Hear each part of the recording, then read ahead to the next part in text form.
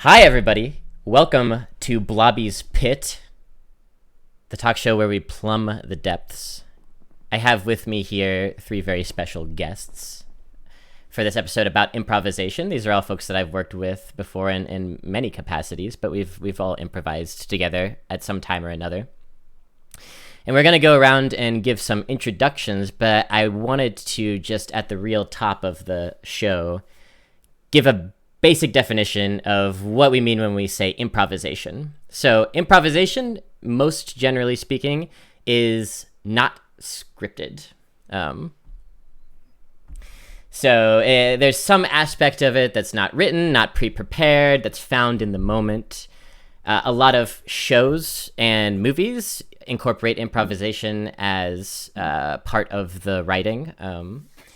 You can build plays with improvisation. I've built many plays improvisationally, and also shows that in their performance are somewhat improvisational. It's Always Sunny in Philadelphia is a famous example of this. But there is also a specific art medium that is improv. And that could take the form of either short form improv or long form improv. Short form improv is like little gamey scenes, the kind that you may have seen on Whose Line Is It Anyway? Long form improv is a different sort of thing that I didn't know about until I got a little older.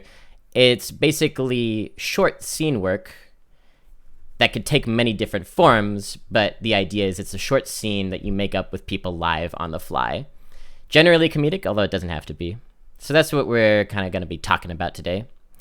Let's go around the circle. Let's go clockwise. So starting with Alexis, and do introductions. Share with everybody your name, your pronouns, and a brief gloss of your relationship with improv.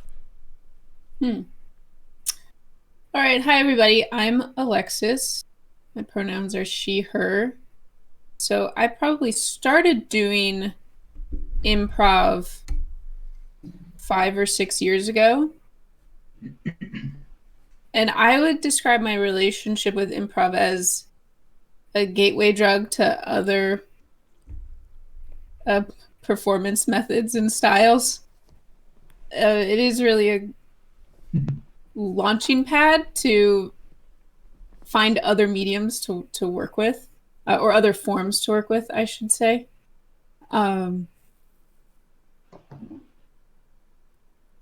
I still pursue improv in and of itself as an art form, but I think I've found it most useful when I'm using it to enhance other things that I'm doing.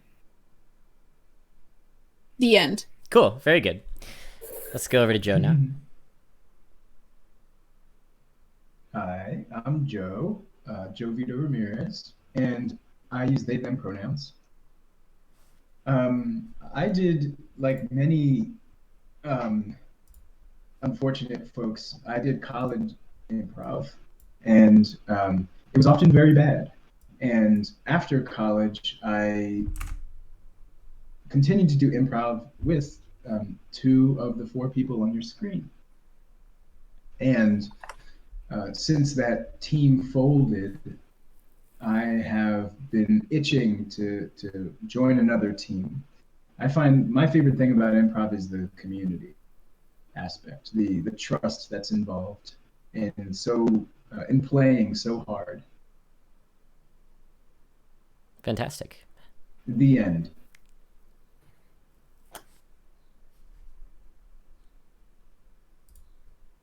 Your turn, Nate. Oh, hi, I'm Nate. I use he, him pronouns. I started doing improv around the same. Has it been 5 or 6 years, or like a million years? Timelines are hard, but Hard to say. guess it was probably 6 years ago, right? That seems about right. I started really doing improv 6 years ago, and it was something I'd always observed from afar and been like, oh, I want to do that. I was too afraid to, for whatever reason. And much like Alexis, I really enjoyed improv, but took the really juicy stuff from it and was able to apply it to the other creative outputs that I have, and it's been really, really rewarding. Also, for me, it was a wonderful path toward, like, on a personal level, just being more comfortable with vulnerability and connection and relationships, being myself. The end. Very cool. It looked like I was laughing at Nate, but actually I was just coughing on this lingonberry juice from IKEA. It's very strong. It's got gin in it. Pancakes. Pour it on. Yeah, so already we have Alexis talking about it being a springboard to other kind of creative endeavors. Joe being really invested in the playful and emotional capacity in improv itself, and Nate is kind of synthesizing that by saying it was a springboard to other creative things, but also a springboard to knowing thyself a little bit better, being able to collaborate more openly and vulnerably. I was thinking a little bit about how we might structure this conversation, and I thought that maybe we could split it into 3 parts. We could first talk about learning improv, our process of learning improv. Then we could talk about performing improv, and then the third part would be kind of what we carried forward from improv. So, learning improv. I didn't introduce myself. I'm Blobby, he, him. I could talk a little bit about learning improv to kick us off as part of my intro here. I grew up watching Whose Line Is It Anyway? I thought it was wonderful. Watched a decent amount of college improv, including improv performed by Joe. Joe is correct in that it wasn't very good. College improv, a lot of college improv hasn't quite gotten down pat the whole listening thing. But it was something I actually tried out for one of those college teams, didn't get it, which was great because it led to a far more lucrative, not lucrative, Lord no, a far more productive time in the theater. Prosperous, yeah. Lucrative, no. And then I sought out an Improv 101 class at a local comedy theater in Philadelphia, which is where I actually met Nate. We attended that class together.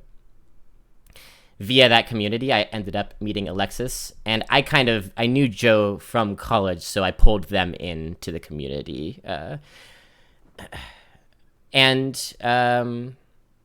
yeah, my relationship with improv has been one of distant admiration that then became really invested learning process of figuring out how to do it better, what's valuable about it, what I can cross-pollinate with other art endeavors, that sort of thing.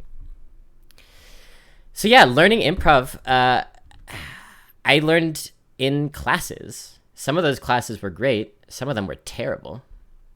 It really depends on who your teacher is, I guess, what you get out of it.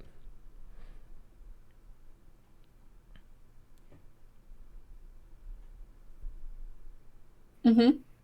You gonna ask us questions, or do we have to organically? Oh, yes. Yeah, we're just talking, man. We're just talking. Okay.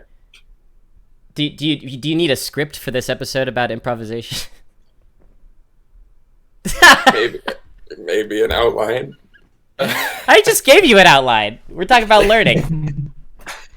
What did you learn at school today, Nate?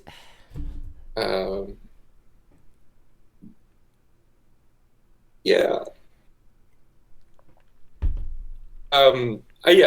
What you said about the instructor is so important because, right, we really liked our one-on-one instructor a lot, and looking back, it's because he was so positive, but not full of shit. Mm-hmm. Who was your instructor? Fred Brown. Fred Brown, a wonderful fellow. Maybe you don't He's want. a cool guy.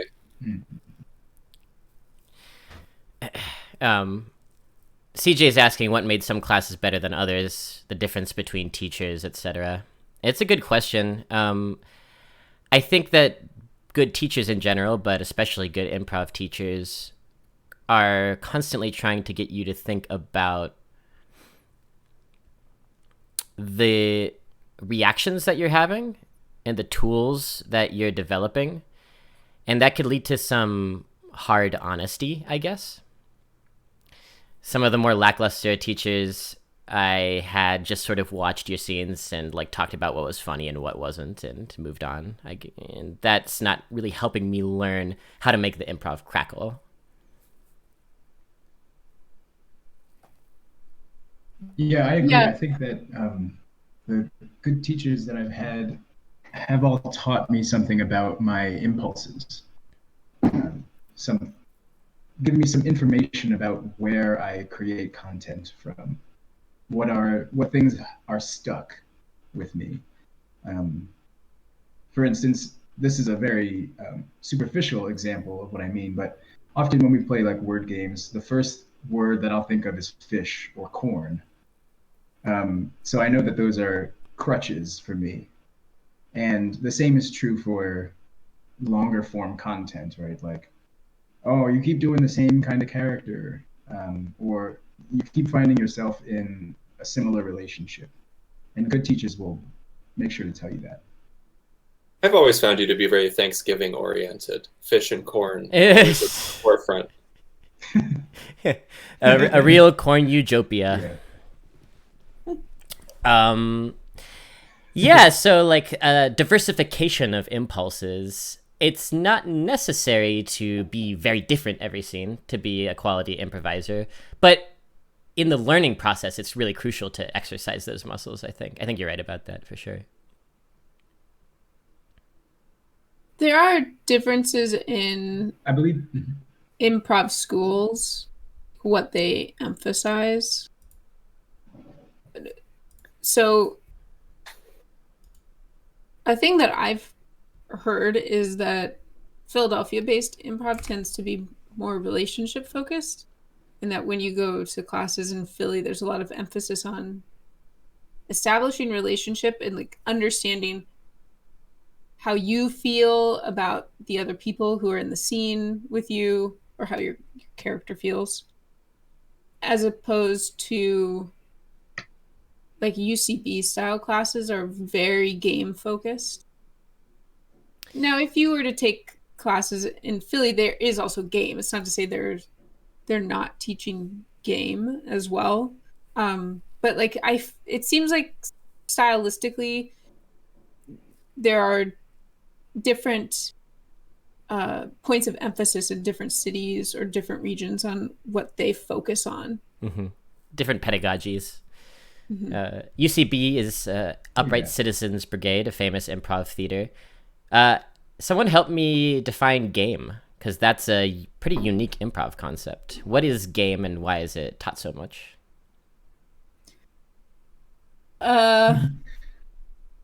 Well, game is the funny hot bits, I think. The funny hot bits. I shouldn't say bit. It's like game are the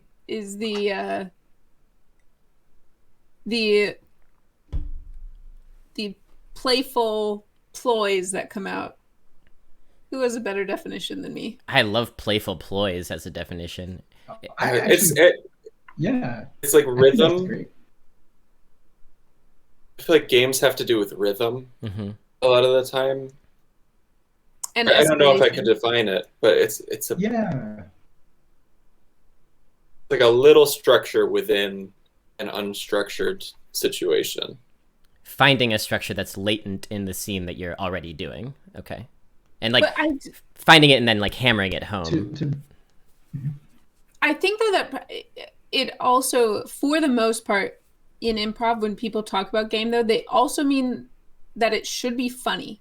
It's like the funny thing. You find the funny thing, which is you find it by interacting with your improv partner, whoever you're in the improv scene.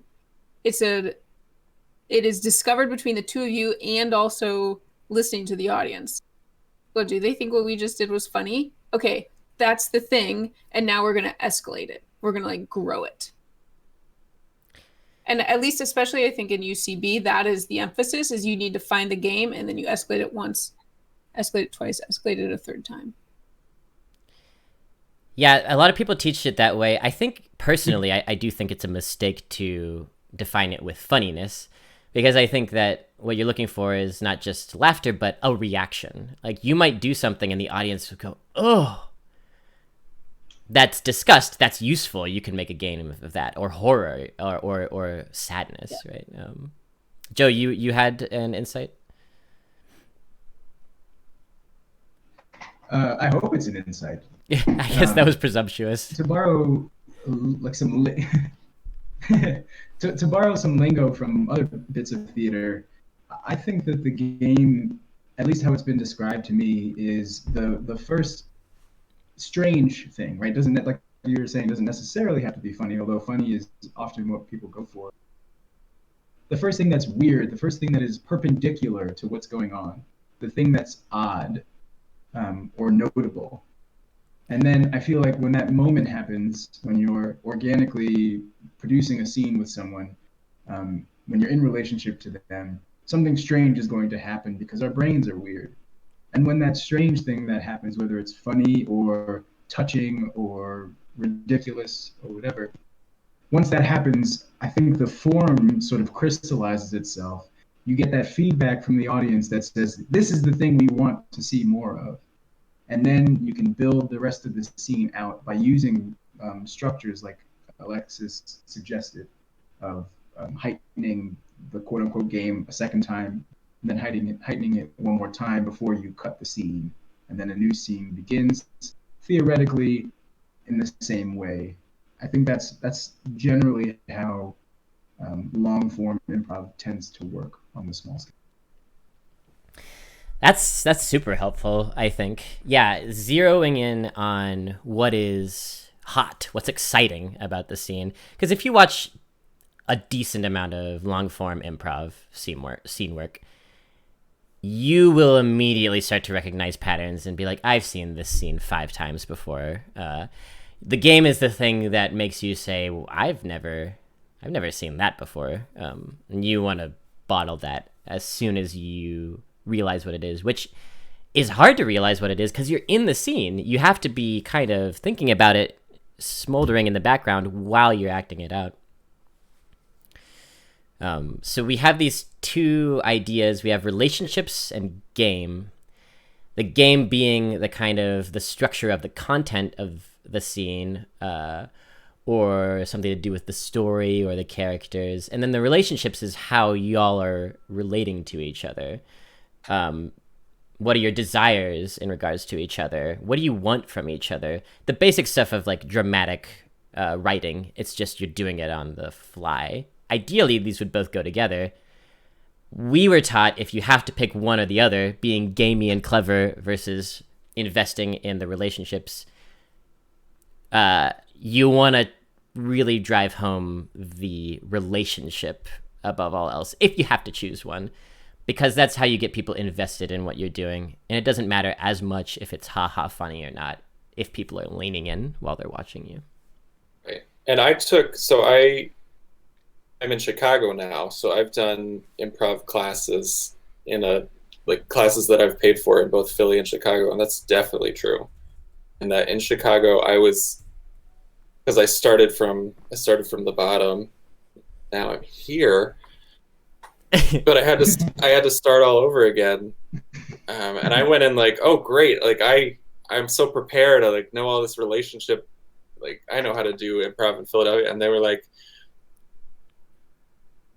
everything was so fast, even though it was long form improv. Things moved so quickly, and it was all about finding a shiny thing, hitting it a couple times, and then moving right along to something else. And I found it exhausting to watch because there wasn't enough time to get to know the people on the stage. So I don't know if I prefer Philly because I did it so much the Philly style because I did it for so much longer, or is it because I genuinely like it better? I think, well, I have like just a personal critique of like emphasis on game, which is, I think a lot of improv schools, I mean, especially in places like New York and Chicago, where people really see this as like an opportunity to somehow launch a comedic career. And so they have a very formulaic approach to what should happen in an improv scene.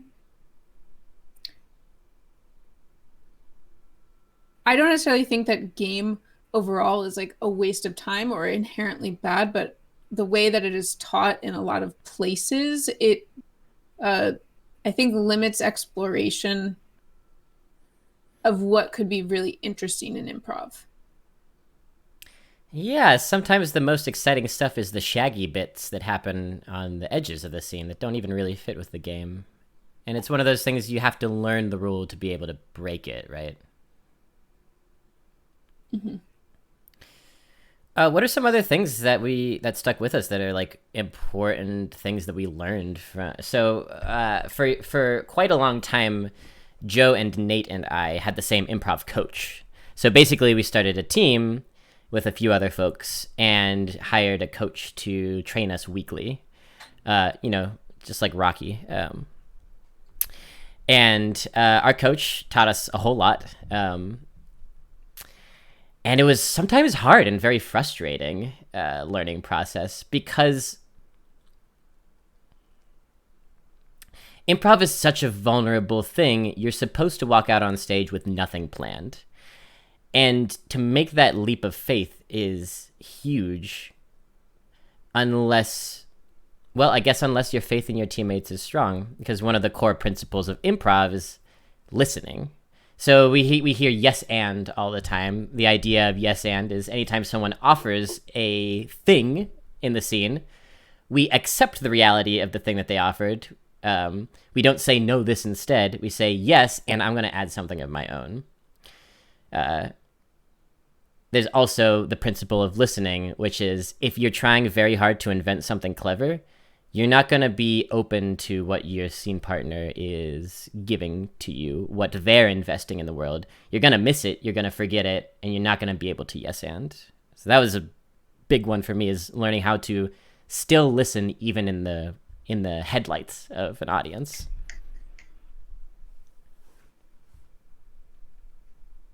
I feel like yes and if people know anything about improv, they like at least are aware that the phrase yes and has something to do with improv. Mm-hmm. It's the meme, right? That okay, so this is a good time for an earlier question that was asked before we got started.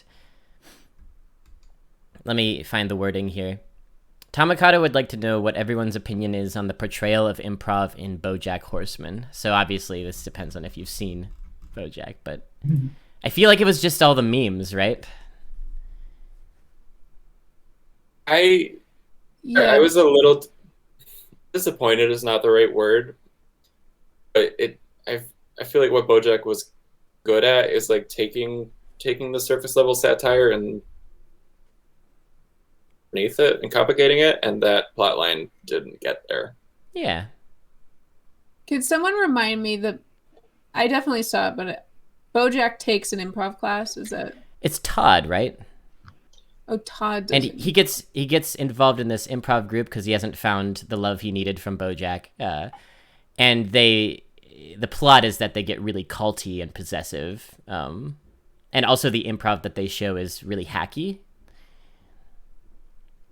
Yeah. Right, but that's also like talking about regional differences in like LA. The idea of like launching pad for a comedic career, that's very real. Right? How many narratives do we have of like this person started at the Groundlings? Uh-huh. And now, so like LA is a very different culture. True. Improv as a cult is definitely a thing people say. Mm-hmm. Yeah, that word gets thrown around a lot. A cult. Like, improv, like theater, creates close-knit communities. I don't know how I feel about equating that to cults. It seems a bit easy. So many of the things I love the most are often referred to as cults by the popular opinion, Uh-huh. including Yeah. improv and intentional and theater spaces. Yeah, that was intentional communities. I think you cut out a little bit. Yeah, calling it a cult is a way, I think, for people to dismiss the form without really engaging in it. Because, I mean, when people first start doing improv, myself included, so excited about it. Like, it really felt like I was learning and engaging in something new. And there is, I think, in the broader performance world, maybe some disdain for improv, and so just dismissing it, saying in this joking way, "Oh, improv is a cult," kind of ignores maybe what the benefits and skills and tools there are that like can be learned and harvested from improv. Right, because it requires an earnestness. You Uh-huh. have to be very earnest if you want to really do a good job. And that makes, I mean, myself included, that makes people uncomfortable. And I think that's a big part of like, oh, these people really like what they're doing. Yeah. And it's not cool to see that somebody is obviously excited about what they're doing. Mm-hmm. That's true. And also, to be I fair, think it's uncomfortable to watch someone be vulnerable. Sorry, go ahead. Mm-hmm. no, that's good. To be fair, most improv is kind of crappy. If you pick an average improv show, and most people who are dragged to improv have very negative thoughts about improv for this reason. But that's every art medium. Most art in every art medium, pretty crappy. It's just that with books or whatever, the good stuff rises to the top because like it's the stuff that gets popular, more or less. The With other art form, books. Yeah, books. The other improv, books. But with improv, like it's just a crapshoot if you walk into an improv theater, like what you're gonna get, and a lot of bad improv is people not being earnest and trying very hard to be clever, and that is extraordinarily off-putting. And I could see why watching 10 people on stage mugging and affirming each other the whole time would seem like a cult. There is a lot of bad improv. Most improv is bad, but it also has to do with the fact that like if you're pursuing any art or any craft, you have to start at the bottom. So, you know, It's true. people have to have time to develop their skills, and improv, especially improv schools, are catering to beginners, new people who have oftentimes no experience doing any type of performance, and you know it takes years and years and years to become good at it. It's kind of like it would be like if someone was learning how to play guitar, right? And they did one 8-week class, and then they had a show and they invited their friends. Like it probably wouldn't be the best show. But we wouldn't all be like, "Oh, guitars are bad." Yeah, right. Yeah, that's a good point. And with improv, especially, so guitar, you could practice alone in your room. With improv, you can't. You need at least a scene partner to practice, generally, unless you're like doing some exercise on your own. And speaking to the point that you have to put bad improv on stage for a while to get past that, you kind of need to learn from the crowd, and you can't learn from the crowd until you bomb. That's an important part of the learning process, which I think is getting us sort of transitionally into the next part, which is performing. before we get there, y'all wanna do a scene? You wanna do a scene? Yeah. Let's do a scene. Yeah. Okay. So we need a suggestion from chat, right? So chat, give us a one-word suggestion, something, preferably not a food. Entering and exiting. That's what I'm thinking. Like I was gonna kind of be off stage, off camera, and then pop in as an entry, right? So we could say off camera is off stage, and I was thinking the other thing to do. Yeah, I guess I could do that for myself as well. Boop boop. The other thing, if we who are not in the scene want to wipe the scene, we could do like this. Does that make sense? Ryan, we can't see you on the Discord. Oh, I see. You're swiping the. I'm like, Yeah, what is this? I'm like, yeah. Nate is doing it, like wiping the screen. Okay. Does that feel like a? Keep in mind, Ryan, that we don't see in the I guess I can't wipe that way. We could verbally say scene. I guess that would work. We could verbally call it. I've done some online improv practices and people have been like clapping because everyone can hear it. Clapping, but some people in a scene might clap. Well, Ryan, are you gonna do the scene with us? Blobby. It depends on if I enter. But yeah, I'll play with y'all. So it's important, it seems, in this medium to make sure to not talk over each other, which is already difficult. It is true. So that's a thing to keep in mind. Right. From my perspective, Joe will be playing a character who is 5 seconds behind. Well, but we can hear their voice in real time. That's the important part. Can we? Yeah, I think so. Well, at least a little bit close to real time. The video is behind the voice. But best not to dwell on these things. Cool. So we have a suggestion from the audience. I'm writing down a question for later. Cool. And chat, be generous, be kind and gentle with us, because we haven't done this in so long, and we've also never done it virtually, so I have no idea what will happen here. I'm gonna step off stage here. Our suggestion is museum. Anyone can enter and start the scene when they would like. Oh no. Oh.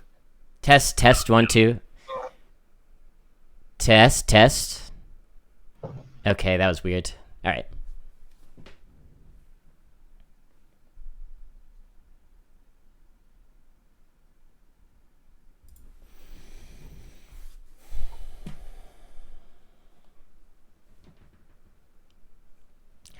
Natalia?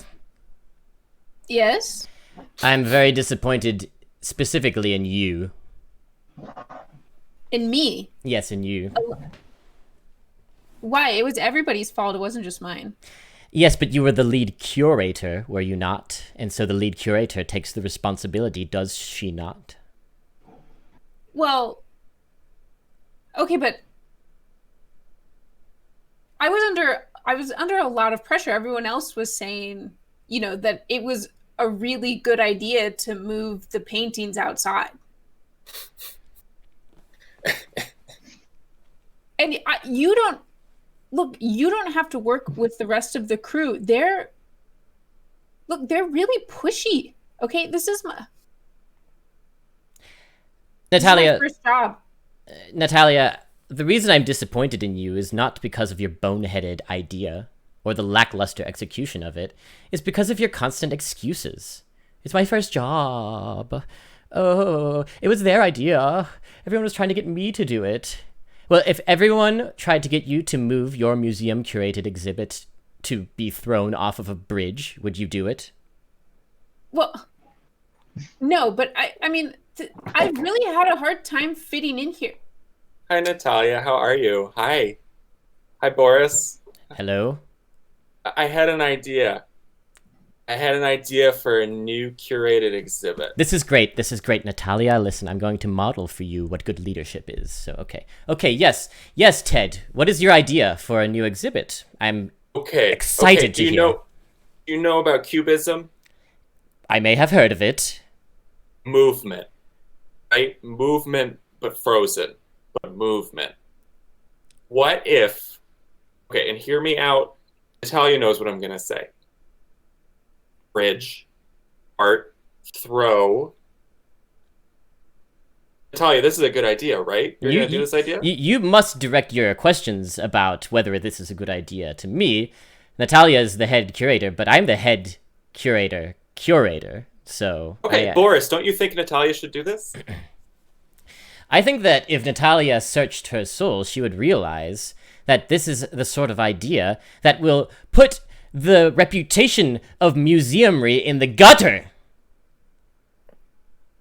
I don't even understand what the suggestion is. It's a callback. He wants to throw the art off the bridge. The callback to what? I've been in the bathroom. You don't have. You didn't This have. is the problem.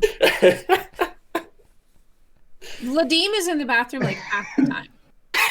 I thought Joe clapped. Was that a clap? I did clap. Okay, fantastic, great. That was the scene.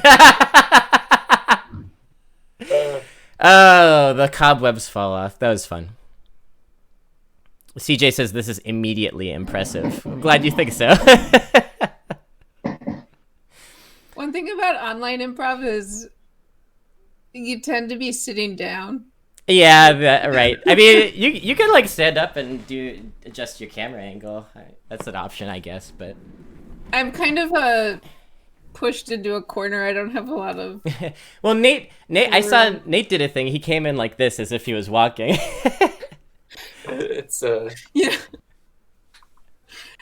This is improv walking. I learned from the best. This is Philly. This is Philly improv. Driving. GG, well played. Thanks, everyone. Head curator. So CJ has a great point here. Alexis, that was amazing. Immediate setting of the scene when Blobby questioned you. This is how do I say this?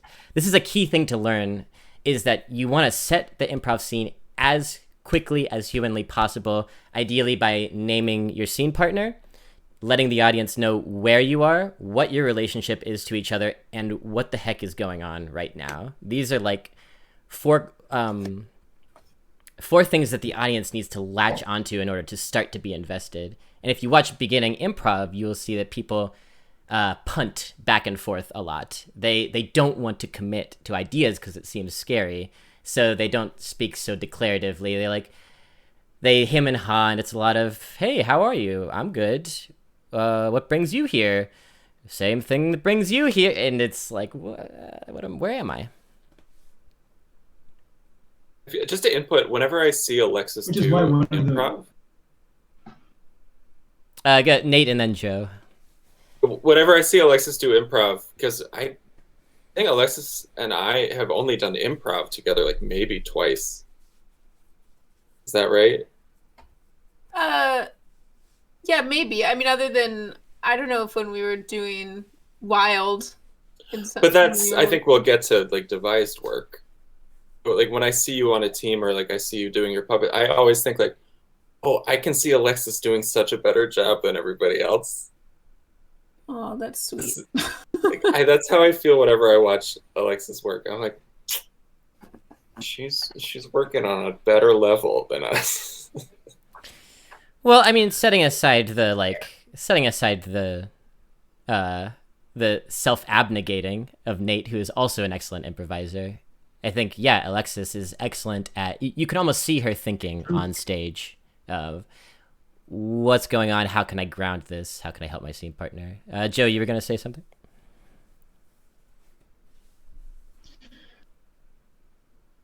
Yes. I was going to say, to your earlier point about hemming and hawing in the beginning, that's one of the suggestions usually made by teachers of improv is not to ask questions but to make statements.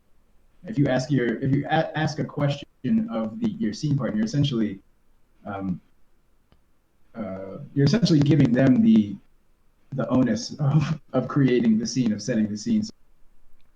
So the suggestion is usually not to postpone that, but just to get it done in the beginning, like Alexis did. Mm-hmm. And this is one of those points of improv that's abstractable into just regular old human communication that we can talk about later. But yeah, questions are often cop-outs, but not always. Questions can be really elucidating if you know how to use them. Mm-hmm. Every improv rule is merely a suggestion that you should take to heart until you learn how to play past it, I guess. Yeah, I think it's funny, when we first started this conversation, I was like, what are some of the early rules I learned? Like, can't remember them. But then when we start doing a scene and I reflect back on it, I'm like, oh yeah, these were things that I like trained to do. But besides, well, Blobby, you said very key foundational things that are emphasized is like right away establishing names, where you are, and the relationship that you have to the other person. And then, as Joe said, refrain from asking questions, which is something that is strongly advised to beginner improvisers because it is used as a crutch to kind of avoid making decisions. And then the other thing I would say is one of the early guidelines or rules is the scene should be that you already know the person you're interacting with. It's not a meeting. It's not an introduction. Yeah. Which I think for more skilled improvisers, you will get to the point where you could have a scene where you walk into the store and you meet a cashier and it's a very rewarding scene, right? But at the beginning, one of the rules is like, jump into the middle of a relationship. Like, you already know this person. You have established established back and forth with them. There's a shared history. And that makes a scene much more satisfying. It's a pitfall of not commitment Yes. to be meeting a stranger. And it's just a rule of thumb that helps with this particular form because it's a huge burden to be making up a whole world every time you start a scene. But you got to see how Alexis and I did that together. We kind of formed the relationship together. I was also trying to think back to all the rules. I think I started with the line with a name, first of all, because it helps ground the scene. But I'm very disappointed in you. What I said establishes a relationship that is foundational to the scene. I'm disappointed. Okay, we got to figure out why, but that's an important push-pull for us to start with. And then Alexis immediately provided the reason why I was disappointed.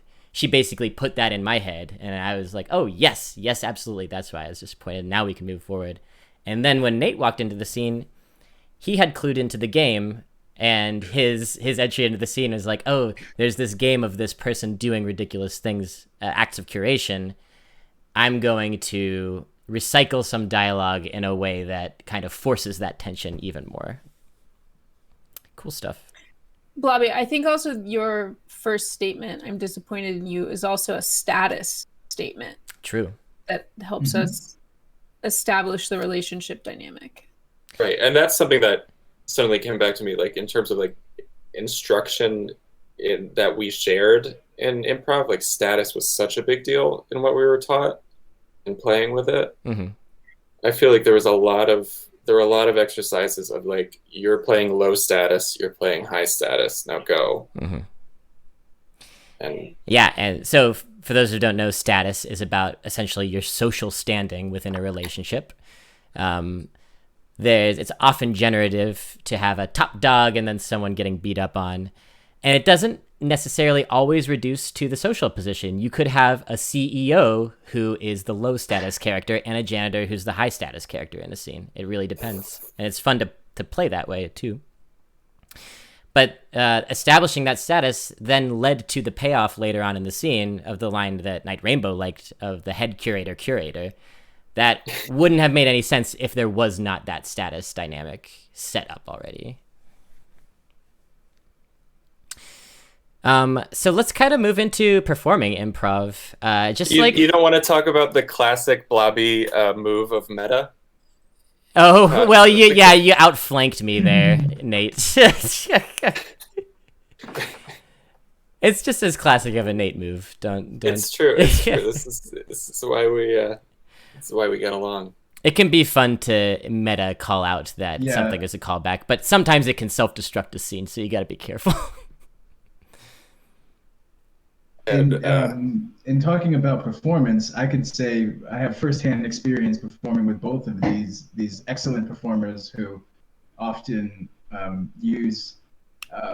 execute very well, and also sometimes use as a crutch, if I may be so bold. Oh yes, true. The zooming out function. It's like it's really good because it offers the audience a sort of surrogate situation. It makes them feel like they are also a part of the scene. They feel understood, and it can create layers that are really really compelling. But it could also be sort of like I don't know what to do. I'm too scared, so I'm going to sort of jump out a little bit to get myself some more the high ground. Right. I think that crutch. I mean, you can see that especially in the crutch or the drive to broaden the context of the scene. I think we see that a lot in what Blobby does as a theater artist, for sure. Like the idea of like really seeing the entirety of a theater space and like the acknowledgement that these are individuals in the audience. Does that make sense? Yeah, Yes. my brain wants to acknowledge the framing through which we're seeing the art. Mm-hmm. And it can be a crutch, or it can be a creative conceit of my career, and sometimes both. But we all have those crutches, and it's because it's not a bad thing. It's because it's how our brains work, and our brains all work differently. Right. So learning to play around your crutches is not learning to leave them behind. It's learning how to know when to use them and when not, I think. Right. That's I right. mean, I would also say I use my crutch It's of not being. a bad suggestion. What is not a bad suggestion? Fish or corn. Oh, fish or corn. Yeah, right. Exactly. There's nothing inherently wrong with that. What are you saying, Nate? I noticed, because it's been so long since I've done improv, that I immediately fell in that something I've been called out on a lot of putting other people on the spot. Mm-hmm. Right? Oh boy. Which I would intellectualize as giving another performer the opportunity to show something that I know they're good at. Does that make sense? Yeah. Giving them a platform. Right. Mm-hmm.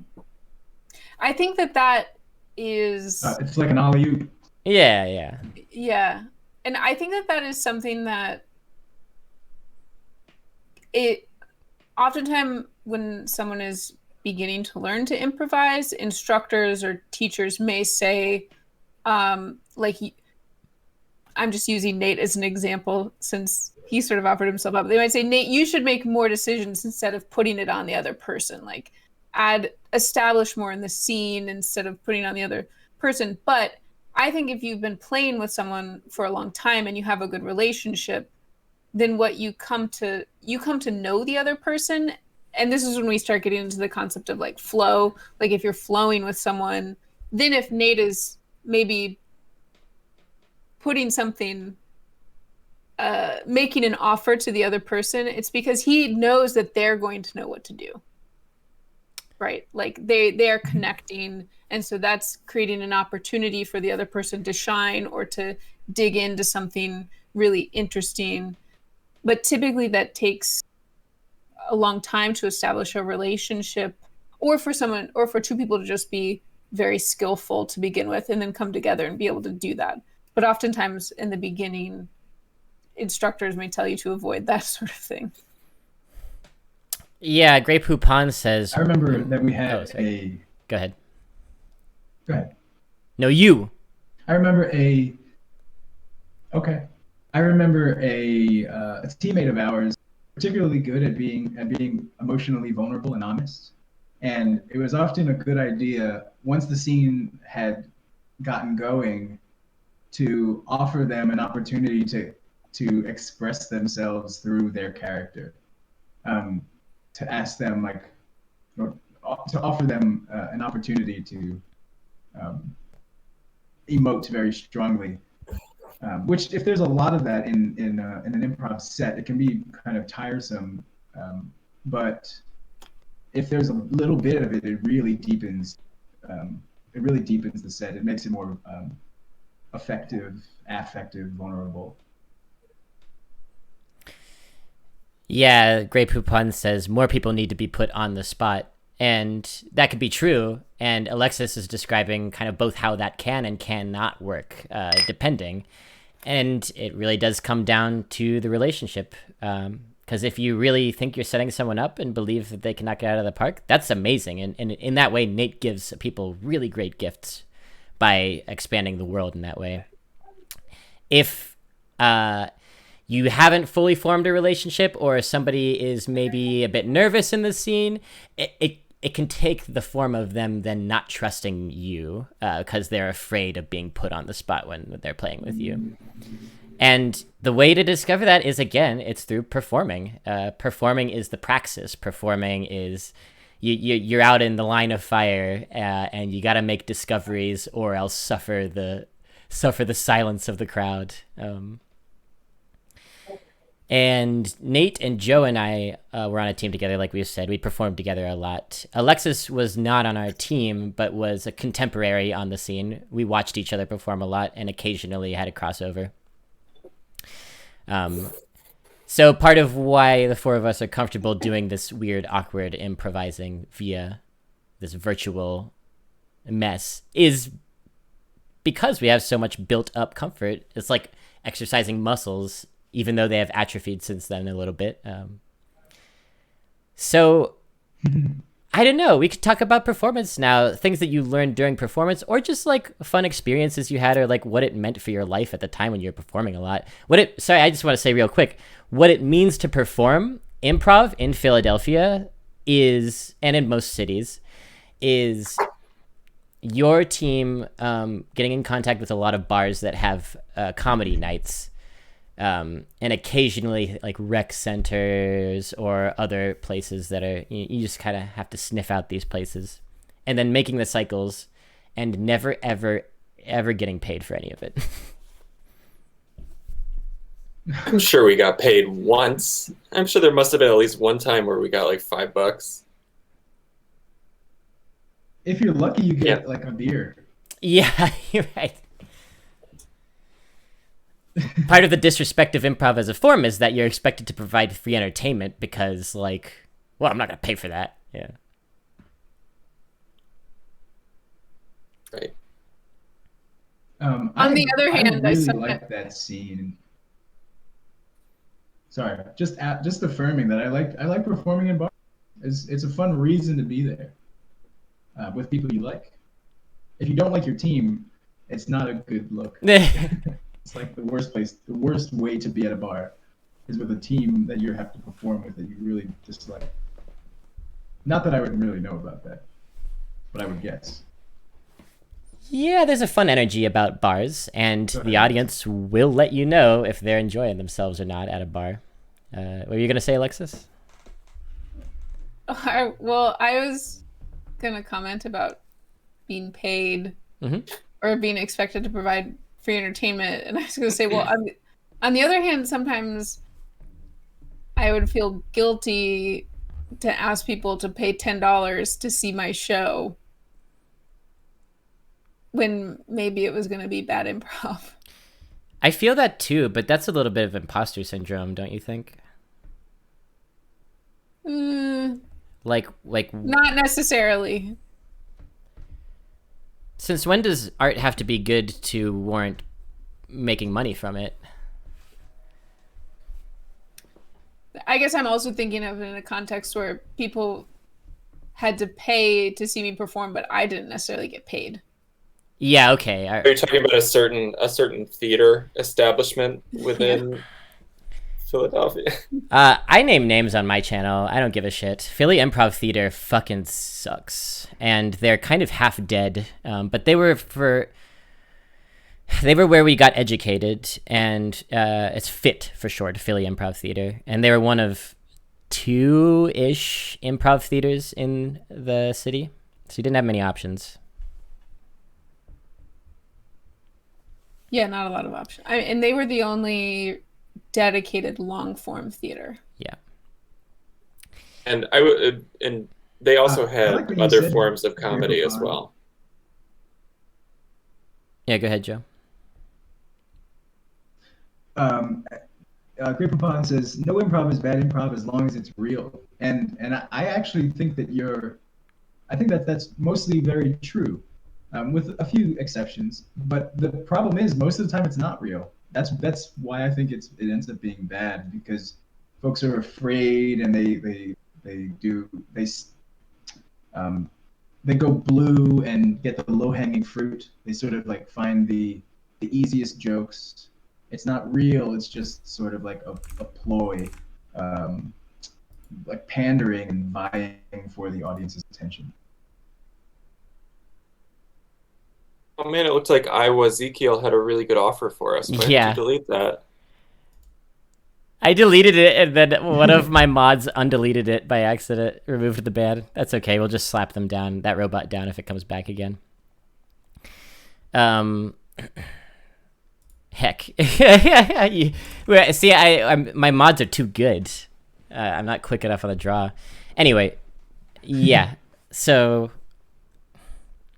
Philly Improv Theater provided opportunities for education that were cool, and opportunities for performance that were kind of less cool because they never really paid their performers.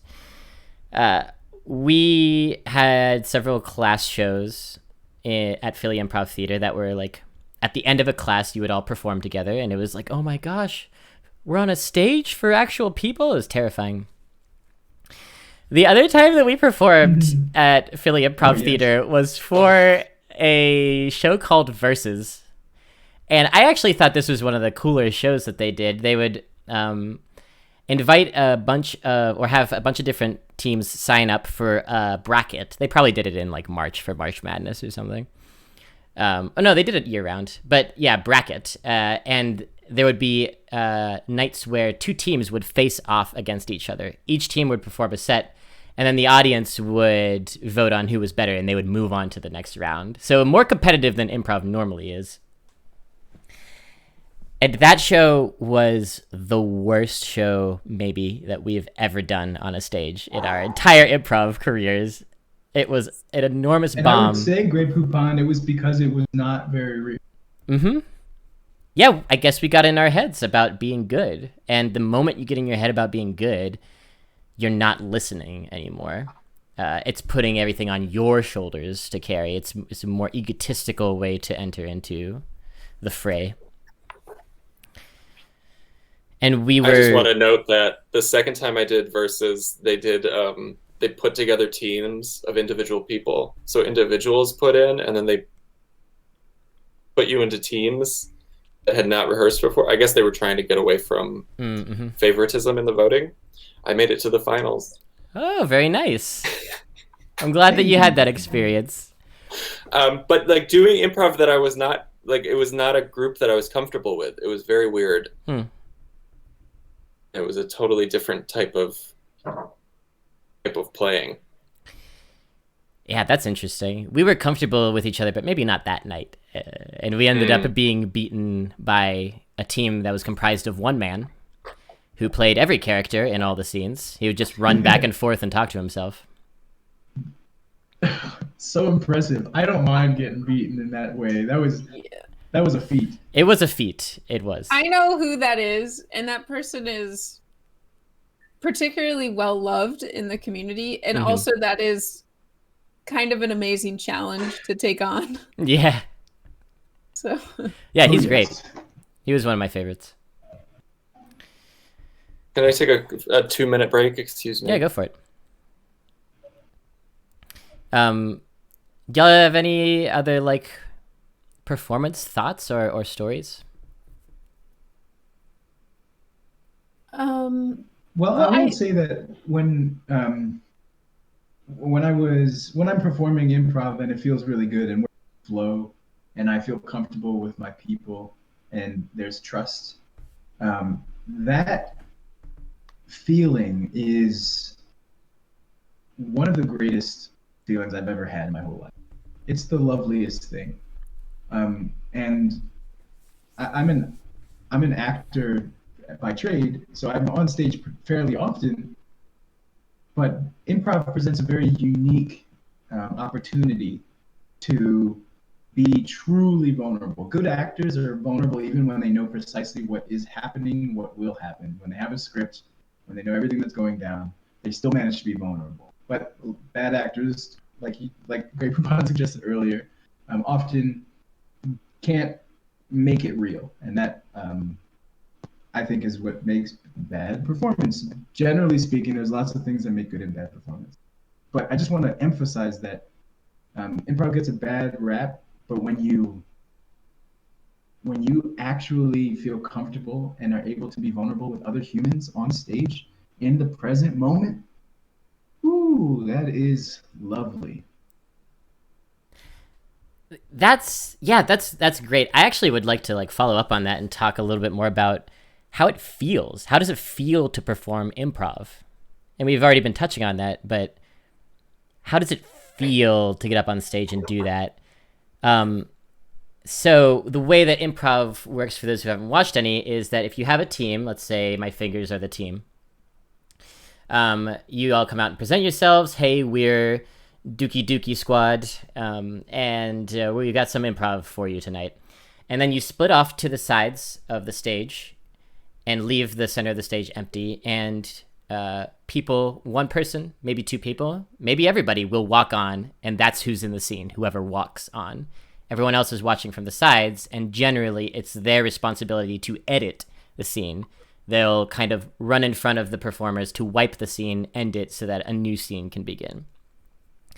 Walking out into that void with nothing in your head and nothing on stage and I was going to say a bunch of eyes, but let's say a handful of eyes watching you in the audience it's mortifying. It's like you feel raw. You feel like every part of you is on display. And that's the moment where you're most in danger of reverting to shtick or your crutch, as we've been saying. But when you have that first moment of connection where a joke lands or a relationship starts to really click and you understand what's going on and can play in that, that is like everything melting away, I think, all that tension. And it is a state of flow that I think Alexis called it that earlier.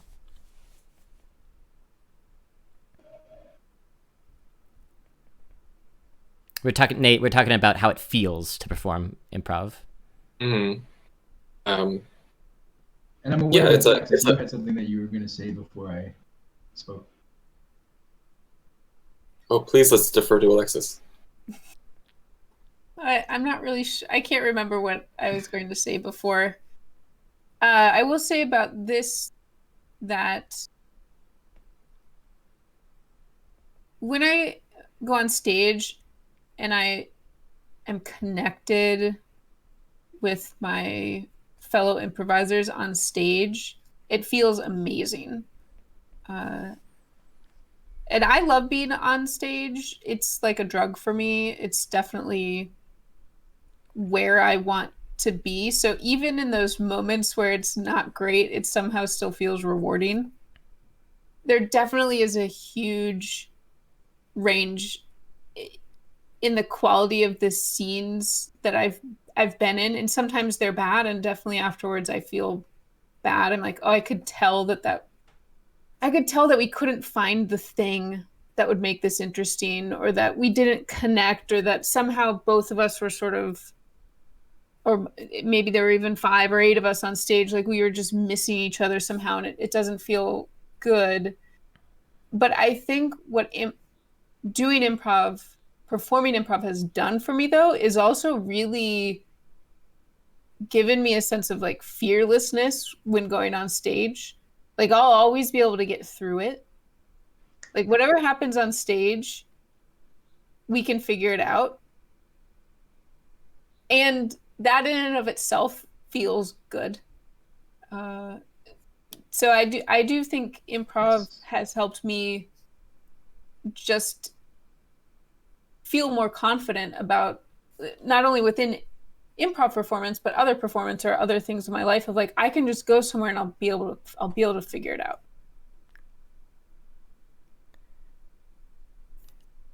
Yeah, absolutely. I wish I could think of a work related application, because I know what happens, but like part of the thing I do to make money is that I basically give presentations. I like give hour-long like interactive presentations, and it's improv. That's what it is I can, as scared as I am or nervous or not excited about it as I am before it starts, like once it starts, it's like, well, we're doing this, and all we can do is do it. And I think improv really prepared me for that. I'm just like, this is what's happening right now, and we're just gonna keep on moving. Mm-hmm. This seems like yeah, it is a beautiful thing. Absolutely great, Poupon. This seems like we are transitioning into the last topic, which is kind of our takeaways from improv, what we've carried with us. And you know what that means? It's time for another scene. Chat, we need a one-word suggestion from you. We're going to perform a scene for you now. Somebody give us a one-word suggestion, preferably not a food. And we will use that suggestion to inspire. And this is a side note about the form of improv. Generally in long-form improv, we ask for a suggestion, a one-word suggestion. And it's not that our entire show or our scene is going to be based on that word necessarily. It's just something to get us started. We might make a scene about the suggestion, or we were also taught the A to B to C. Get a suggestion. If nothing comes to mind, word associate off it until you got something to get you started. Our suggestion is cowboy. So we've got a scene based on cowboy. I'm going to disappear myself, and then we will get started as soon as somebody walks on.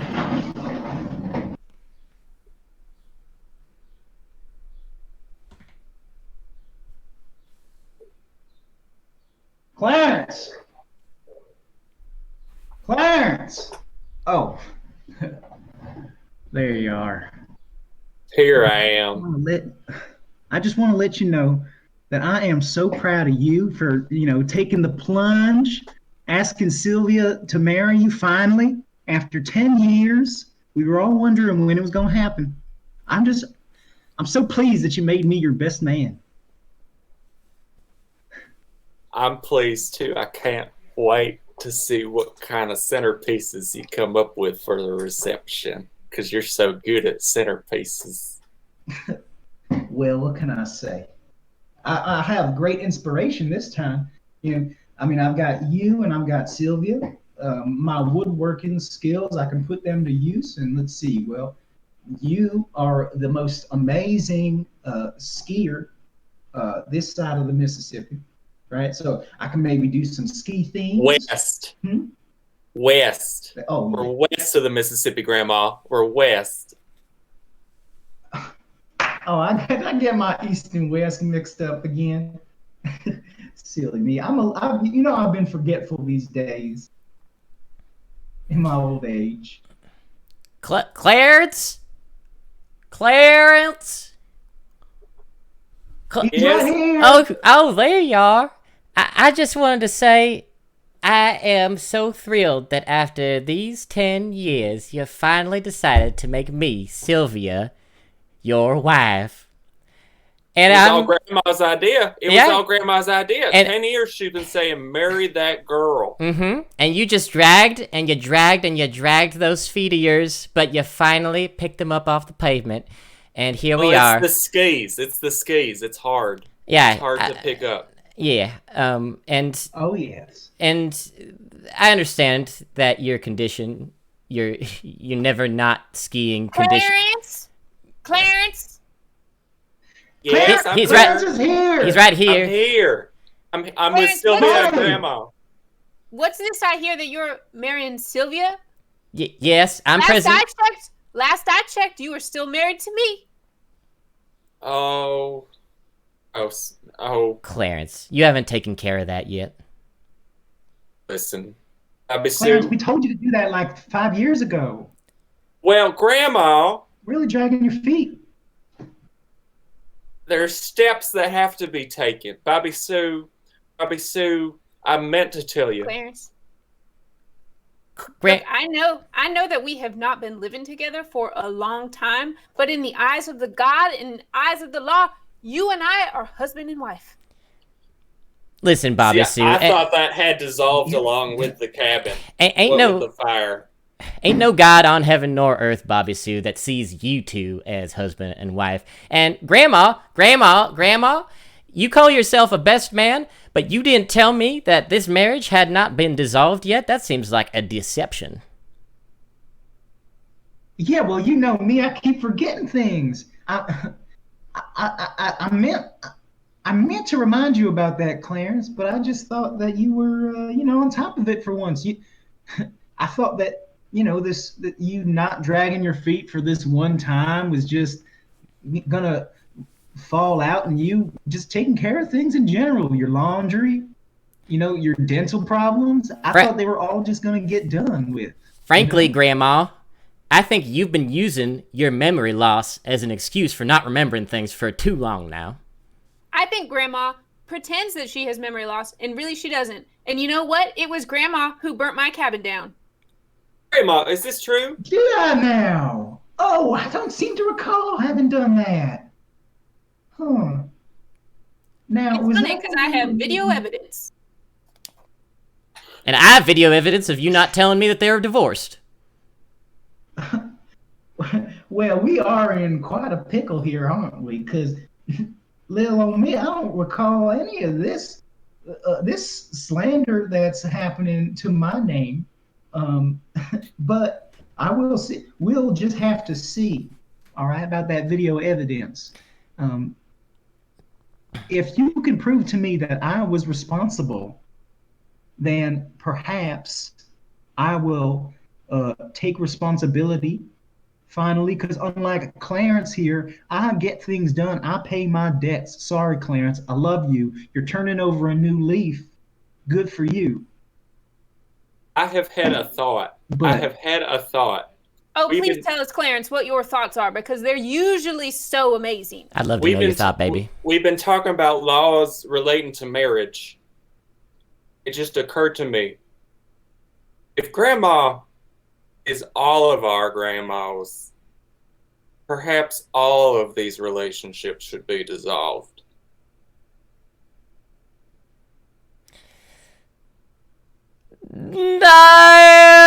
No! Scene. Okay.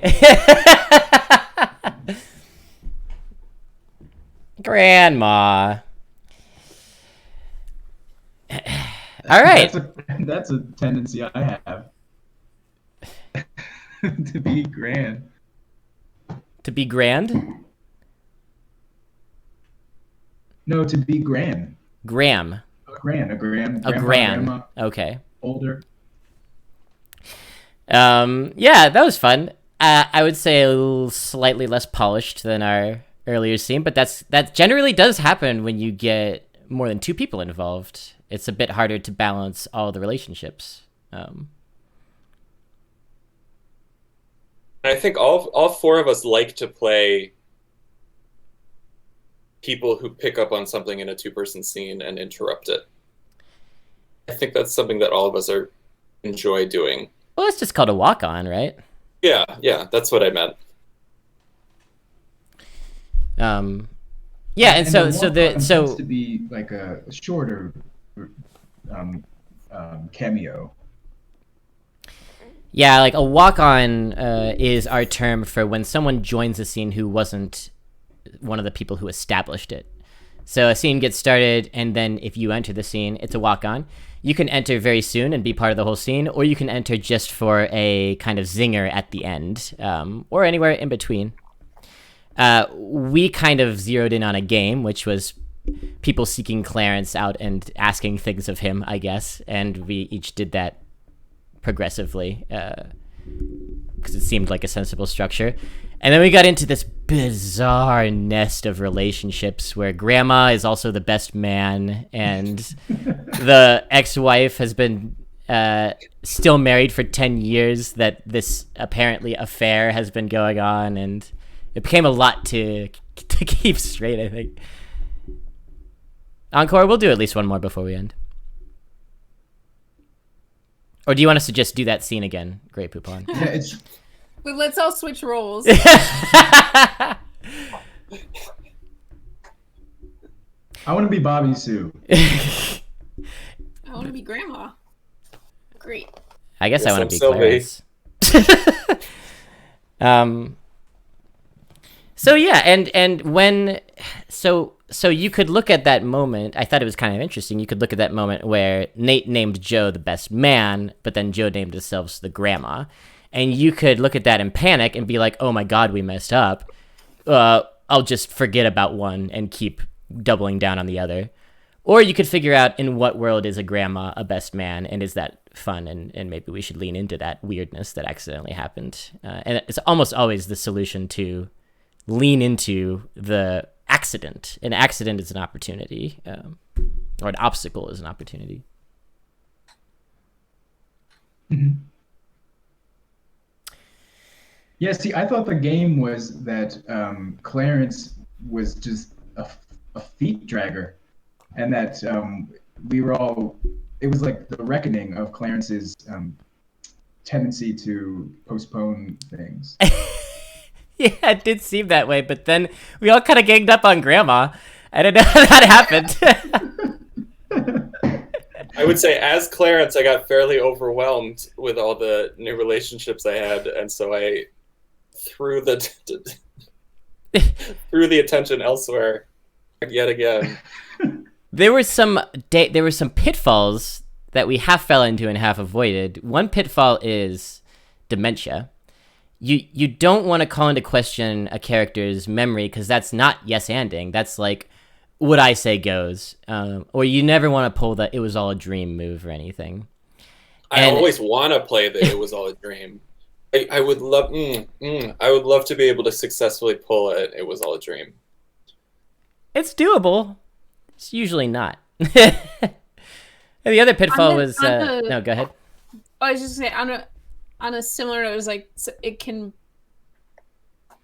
that you should also like be cautious around whether someone is like really drunk or on drugs, or if the character is drunk or on drugs, because it's sort of the same issues. Mm-hmm. Yeah. Generally, the improvisers themselves will be drunk or on drugs, so you don't want to clue the audience in. The other pitfall was we were about to get into something that was hard to portray, which was show me the video proof that I did this. And that's not necessarily dramatically interesting or feasible unless you take that obstacle and make an opportunity. If we wanted the scene to go on much longer, we could have done a cutaway to the video, for example. That might have been a nice, or a second beat. I was looking forward to that. Like later in the show, you can do a callback scene where you're in the video of Grandma. So you could see that as like maybe setting up for the future in your set of scenes. And part of the challenge of there she goes. Grandma. I mean, Bobby Sue definitely caught that footage on her critter cam. So I would say, in terms of like navigating place and relationship, I was so thrown off by the introduction of video, because I definitely thought we were well before video was an option. That makes sense. Oh yeah, this happens all the time when someone offers something that directly contradicts your headcanon. And the panic move is to say, no, we're in frontier times. What is a video? But the more experience you have, the more comfortable you get rolling with it and adjusting. Oh, I'm in the present now. Here we go. We live in Old It seems like Sturbridge that's Village. actually what happens at the beginning of scenes all the time. It's just your impressions and assumptions getting challenged over and over again. That's sort of like the beginning. That's what happens in the beginning, and then as the scene progresses, hopefully, if you're comfortable and flowing with your team, then everybody knows precisely what's going on, and then you get the really cool. You have really cool instances of folks making the same assumption that has not yet been spoken, and then you see characters acting them out simultaneously, and that feels like pure magic from the audience. Yeah, it seems like a magic trick. And I would love to use this to transition into talking about our takeaways from improv, because I think that this is maybe the biggest for me. I see improv as revolutionary for these reasons. It has revolutionary potential for how we act together in a society, for how we see our relationships, for how we navigate them all. Because the work, and Alexis was alluding to this earlier, the goal is to get to a place where you can trust the community that you're a part of to the point that you feel whatever happens, I'm going to go with it, and I will grow and learn and be a part of it. I won't resist. And to be able to do that, to be able to listen actively, this requires a chipping away of so many ego-based ways that we were raised, because our culture is all about, you got to pull yourself up by the bootstraps. You got to do it yourself. Can't count on anyone. Anything you want in life, you need to make it happen. And if you walk into improv with that mindset, you will fail, and your teammates will resent you for trying to take the spotlight, for not listening to them, for creating a scene that rankles. But I love the idea of taking these principles from improv and bringing them into like our political conversations, or our just like small talk that we make with people. How can I radically listen? How can I challenge my assumptions? And how can I move forward with someone when they're presenting something that goes against the framework that I had in place?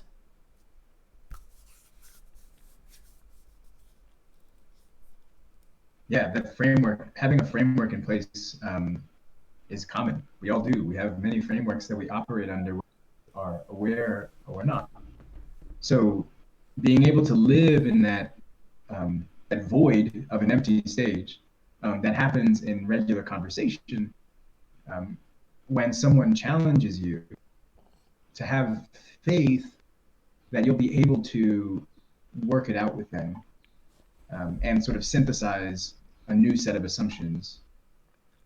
That's really difficult work, and it's powerful.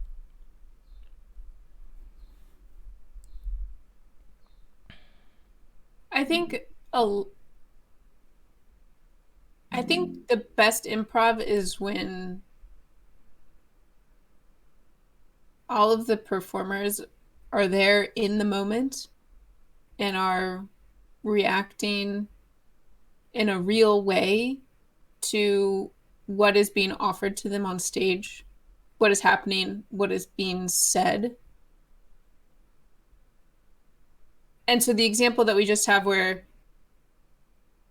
Nate said that he thought that we were in the 1800s or something, and then I brought up video. And so that challenged his idea of like what had been there. Sort of in improv, you want to be at a point where you're like only reacting to, and you're reacting in a truthful way to everything that is being given to you, and you're like collaboratively building the world. And I think outside of improv,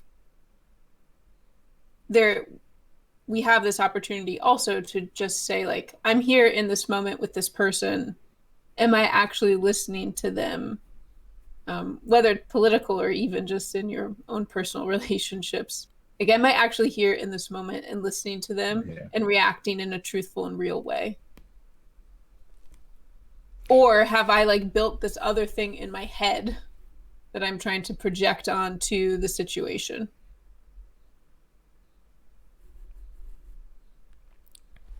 And it can lead to invention too. Grey Poupon points out that the time was a construct, not necessarily in that world. In that world, video could be in the 1800s. So maybe the performer needs to adjust, or maybe it is an opportunity to spark something new, a new idea, an invention, a world, a frontier world that has advanced technology in what we would see as like the 1800s. So this goes back to the obstacles becoming opportunities. In our discussions with each other, so often we're presented with things that could put us off, make us dismiss, make us clench, make us defensive. If someone challenges us, or if someone else offers something in the conversation that grates against us,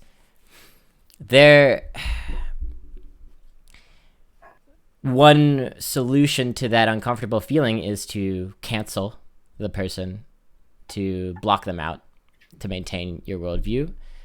Another solution is to incorporate it, not change your mind necessarily, but add that perspective to your understanding of the human tapestry.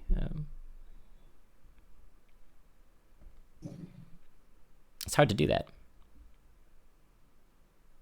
It is, and I think that often I imagine that the ideal would be a synthesis, which doesn't always mean a direct compromise of equal proportions. Doesn't mean like you're right, I'm right, and it doesn't mean that we're both right in equal parts. Like there are definitely, when you're having a conversation, it's clear that there's a disagreement about reality, about what's true. I believe I usually find that one person is more correct than the other in the way that they're imagining, in the way that they're envisioning reality. But in order to create the synthesis where both of you can learn from each other's experience, you do have to still have that trust. And you don't have that with everybody. You don't have that with strangers, categorically. Mm-hmm. So how do we create spaces where we can trust that folks are not out to get us, so that we can actually have conversation that is productive and synthetic? Yeah, some people would call these safe spaces. Some people would call these brave spaces. I would hope for someone to come up with a better word, because I don't like either of those. But I was gonna say, who's calling them brave spaces? Who are these people? It's people who don't like the word safe space, because that implies that even if you are coming in with an oppressor's mindset, you can't be challenged. Oppressor's mindset. Thank you, Ryan. That's a useful way to think of it. So the question becomes safe, but for whom? And that's the work of politics. Creative spaces, maybe. Yeah, and I think creativity needs this trust and vulnerability. I think a real theatrical process, for example, needs that. But yeah, that trust is radical, and I think to bring like a sniff of philosophy in here, I don't believe that there is such a thing as an individual as we conceive of it. I think that when two people are talking to each other, it's not two individuals, it's not two entities exchanging. There's always a third thing, which is the symbolic realm between them that allows them to understand each other. It's the conversation itself in all its complexities.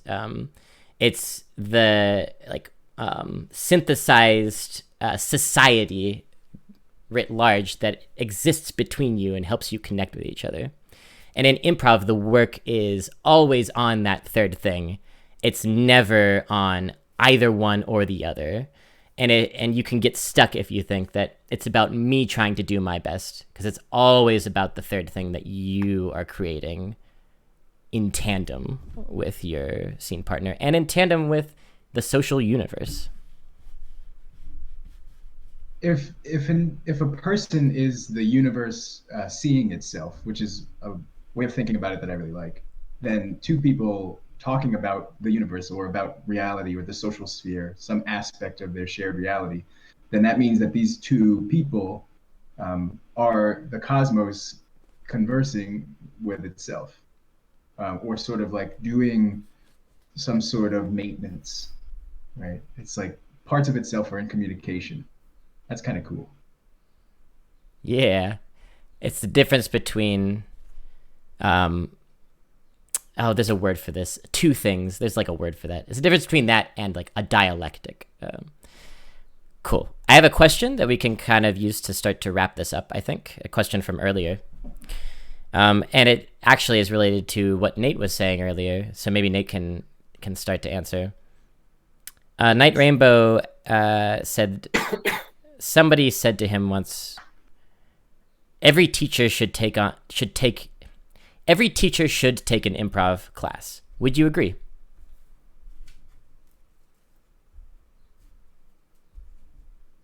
I think everyone should have a retail job. Hmm. I think that's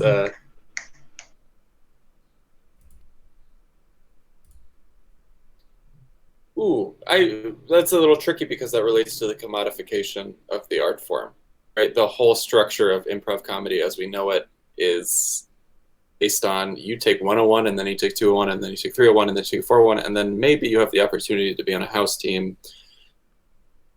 right? Like you have to pay to play in improv. Yeah, maybe a more ideal way to frame the question would be, should everyone learn the principles of improv if they want to teach? It would help. I'm not sure I know enough about teaching to say whether. You just say stuff to people. I do know that I do know that a lot of people from a wide variety of backgrounds do take Improv 101, and that oftentimes it's people who had no prior performance experience and often have no desire to actually pursue it further, that say they have gained a lot from taking the class. And I think because some of the very basic principles that are taught in 101, such as just listening, yes, and sort of maybe some confidence building around just being on the spot and trusting that everyone will help you get through a scene, can be revelatory for people. So in a general sense, I think that probably most people taking an Improv 101 class would learn something. It's something that probably would be beneficial to them. I'm not sure in particular if teachers especially need that. But I'm thinking of how many people I've met through improv classes who were there because they wanted to be more comfortable presenting, or being more comfortable in a social situation. People had no interest in performing comedy, but they wanted to. Maybe it was something interesting. They wanted to be more comfortable, in society, as a person. I consider myself among those. I have been directing for years. I have been teaching for years, two very similar endeavors. And I would be worse at both of those things if I hadn't invested so much time in improv. The things that have helped me most carrying from improv into directing and teaching, it's just the listening. It's the listening. The worst directors, and Joe has horrifyingly described some directors they've had to me who do this. The worst directors have an idea in their head and they dictate it and then make people do it. The best directors are collaborating. Collaborating involves sucking in the ideas and thoughts and feelings of everyone around you, and your job as a director is to synthesize. In a similar way, your job as a teacher is to synthesize. And you can't really do that if you're just droning at your class. If you're really hearing the questions and concerns of your students, you're going to get at something a lot more useful and generative, I think, in the classroom. But yeah, it's improv made me just even more comfortable just talking to people out in the world, which is great, because I always felt I was a planner. I had to have an idea in my head to be safe of what was going to happen in a social situation or in a situation where I was in a leadership position. And I would cling to that idea. But the truth is you have to let that idea go, because as soon as you enter the realm in which you're teaching or directing or speaking, you will encounter things that you didn't expect that will and should change your plan. And that's the lesson of improv, I think. I just had a flashback to so I went to school to learn how to direct, which is something I forget a lot. Grandma. But the way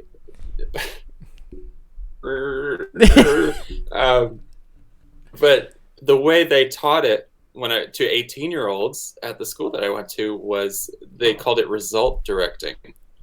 Don't result direct.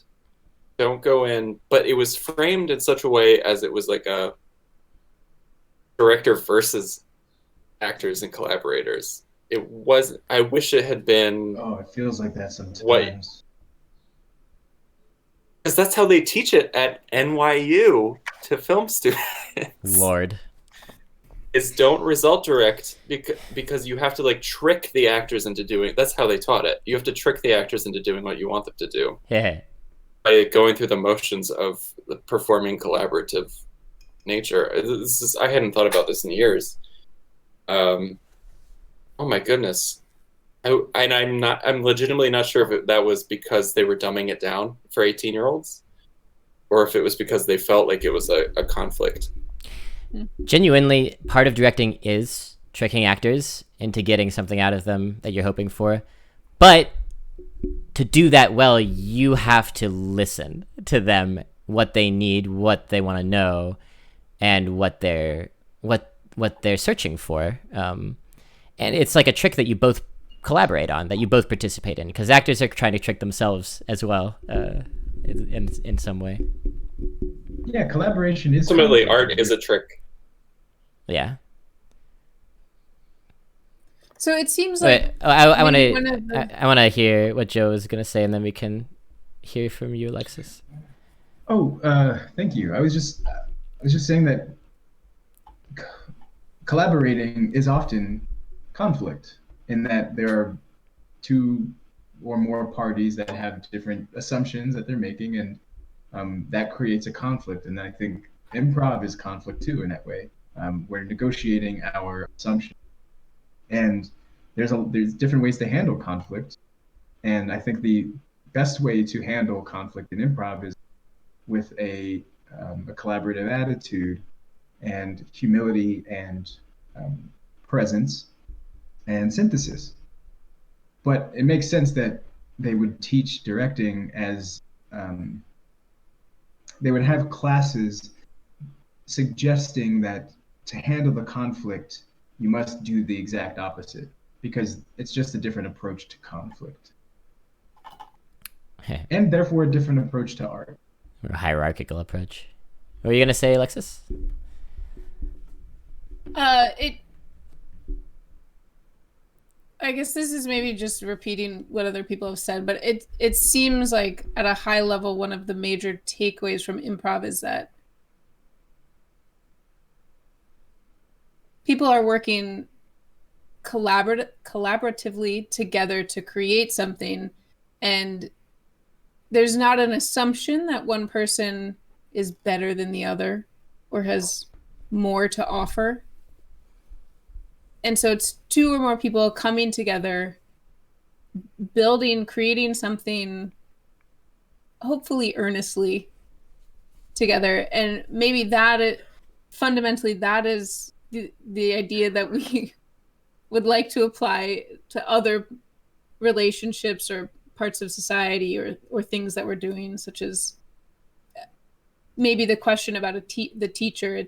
It shouldn't be that the teacher is imposing a curriculum or a rigid learning structure on the students, but is collaboratively trying to build a learning environment with them. Otherwise, how will you know what they need to learn if you don't get to know them? Right. Is improv the only truly you said collaborative earlier. art? Go ahead. Well, improv music, fish. Do you know like there's improv is one of the only art forms that I can think of right now. Maybe I open the question up to everybody else that doesn't ultimately have an author, right? Oh, Do you know what I mean? yeah, Well, interesting. Music, improvised music. But there's I guess live improvised music. Well, there are If that's recorded, ultimately that's in which there isn't a there's an clear authorship. hierarchy. I'm sorry, Joe, could you repeat that? Yeah, there are theatrical spaces. There are productions in which there isn't a clear hierarchy. Usually, it's up to somebody to be the synthesizer, the one who has like the final say on the format or something. But yeah, so that's one example. I wanted to pivot a little bit from that question because I think it's related to something we were mentioning earlier.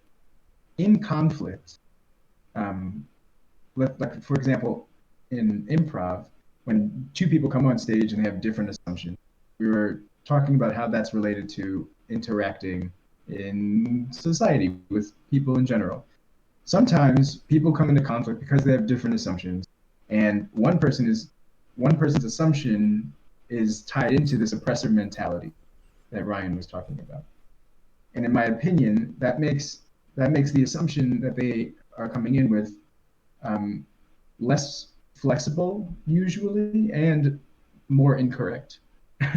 So in a situation like that, there is a sort of imbalance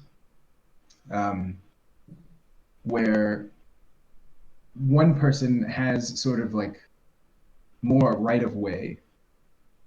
And so I would suggest that that having a hierarchy in place is not necessarily non-collaborative if it's created in a with consent, with knowledgeable consent. So, for instance, I don't generally want directorial powers. I don't think that I'm necessarily a good director. So I consent to the director to take my impulse, mold them, and make suggestions and things like that. So I would say that relationship, even though it is higher, can be just as collaborative as improv, where there isn't a set hierarchy. Yeah, hierarchy plays in an interesting way here because in improv teams you can still have hierarchy. But improv and sometimes theater and even Twitch, I think, are unique in that the art form requires a collaboration in the performance of it, if you're doing it right.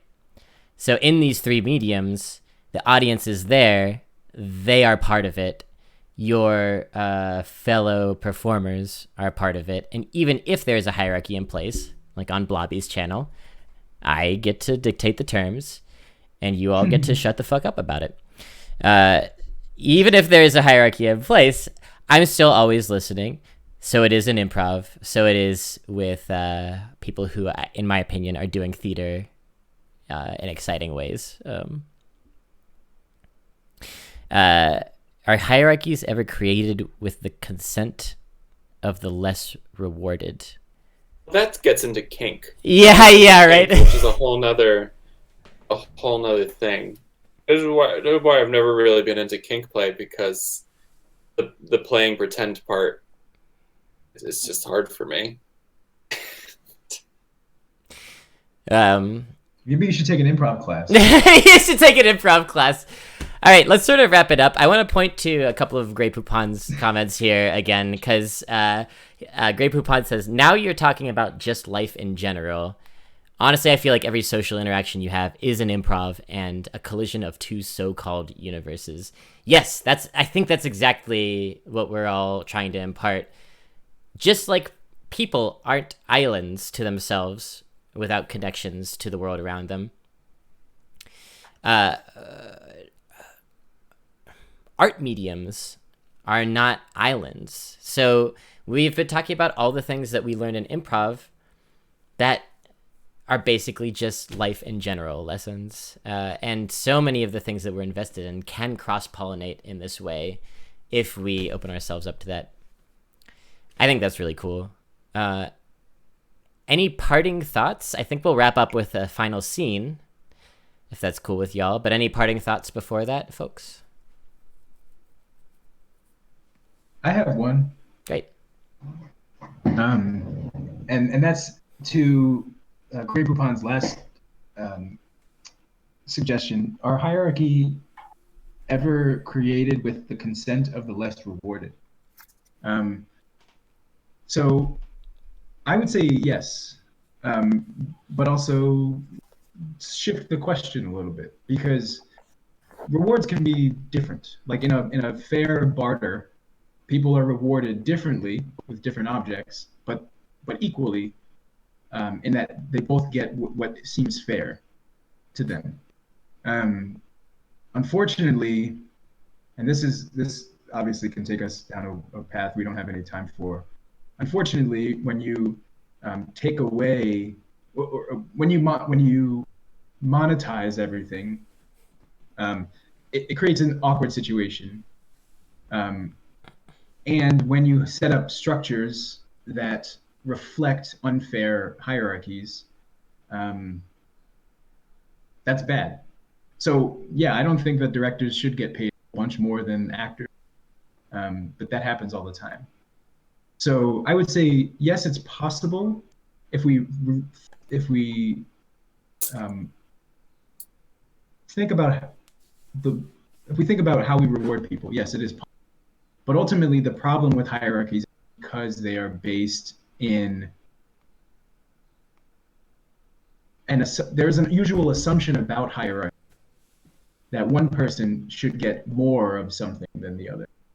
And I don't think that has to be true. One person can have more say, they can have more input or a more final say on the product and still be compensated equally. And that's how it should be, but that's not often how it is in art. So yeah, pay all your collaborators, please. It's a Bible parable about that, right? People showing up to work at different times of the day, and then someone complains because they all get paid the same. Anyway. That's true. Yeah. Oh God. Hey, if you ever are commissioning an improv show, pay those folks. They will cry if you pay them, I bet. And they'll probably just buy your beer. Yeah, they'll buy your beer. The value of 1 grain of rice is different to each person. True. Okay, so we're gonna wrap up with a scene. Let's get a suggestion from the chat. We've been hovering around 20 viewers this whole time, which is more than most of the improv shows I think we've performed in our lives. But let's get a one-word suggestion from the chat, if anyone is willing to do so. And we'll do one last scene for y'all before we call it here. Might be up to you, Grey Poupon. Not sure if anyone else is responsive right now. You're excused. We'll just all speak in the darkness for the next minute until we see if someone's got a suggestion for us or not. Laundry, great. We got a suggestion of laundry from Night Rainbow. Laundry's our suggestion.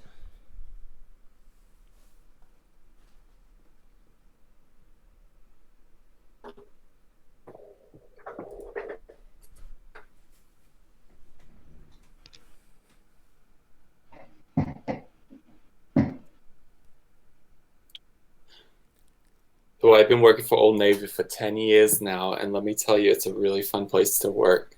Do you like fashion? Of course. No. Of course I like. Oh, I'm sorry, I didn't see you there. I'm just gonna. I'm sorry. I just like talking to strangers. Okay. I'm just gonna hang back. It's all right. It's all right. We're here to help you. We're here to help you. Are you looking for culottes? What are you looking for? I don't wanna tell you what you're looking for. What are you looking for? Really, I'm looking for company. I'm looking for company. That's why I came to the Gap, because you all so nice to me. Every time I come in, you're so nice. Like I'm sorry I didn't notice you, Freddie. Every time we come in, I talk to you first, and I didn't even know you were there. But that's only because I saw this new worker here. Hey, what's your name? Chasen. Me? Oh. Jason. You. That's No, already sorry. you. Chasen.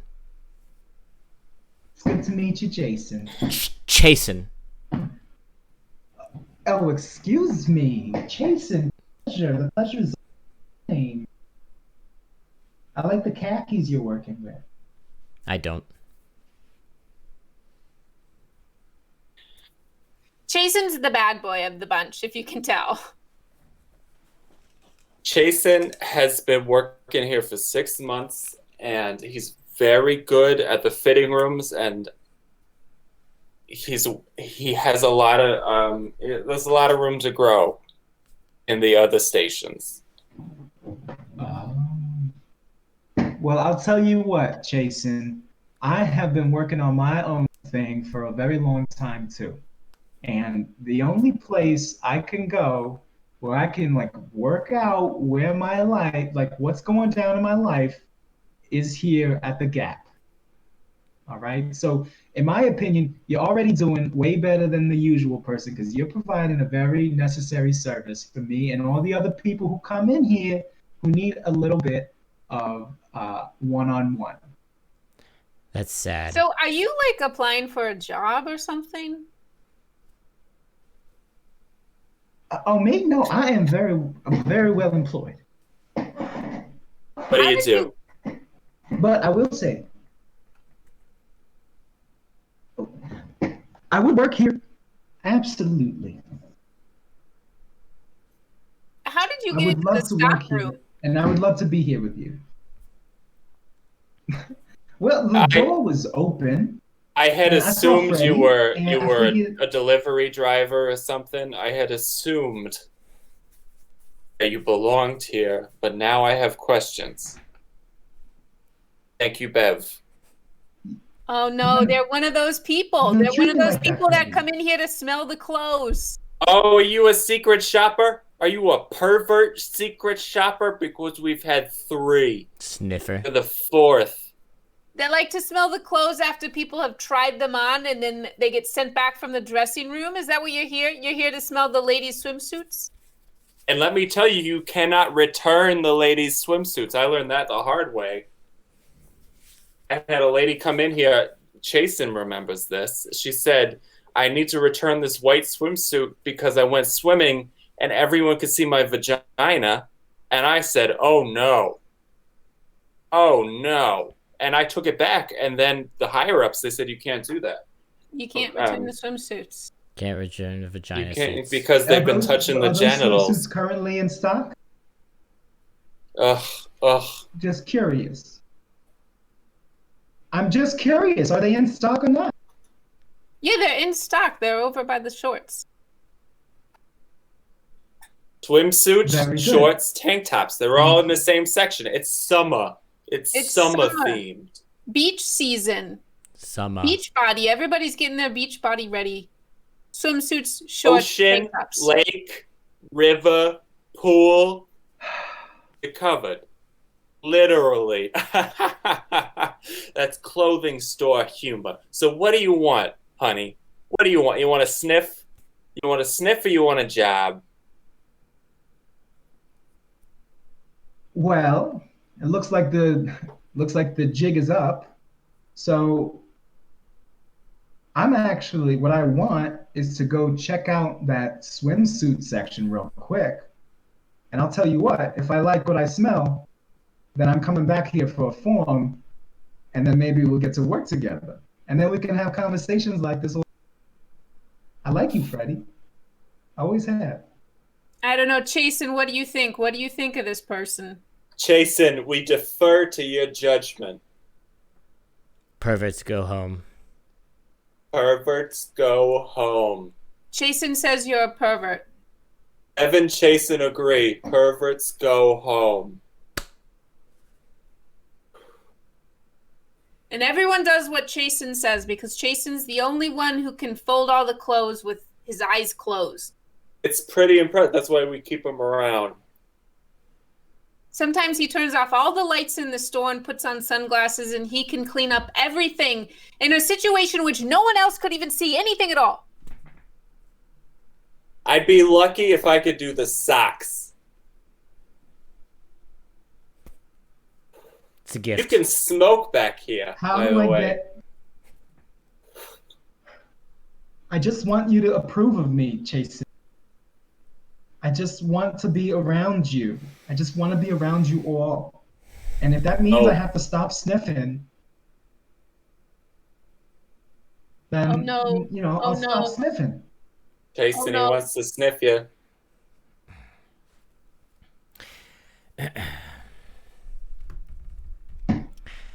Follow your heart. One then. See.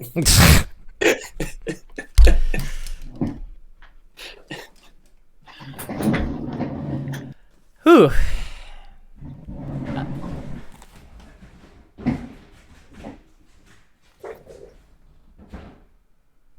What the fuck? I have to look at the Twitch stream to see what's There were happening. like 4 games. Blobby's having some sort of problem. So Blobby has left, so I'm the host now.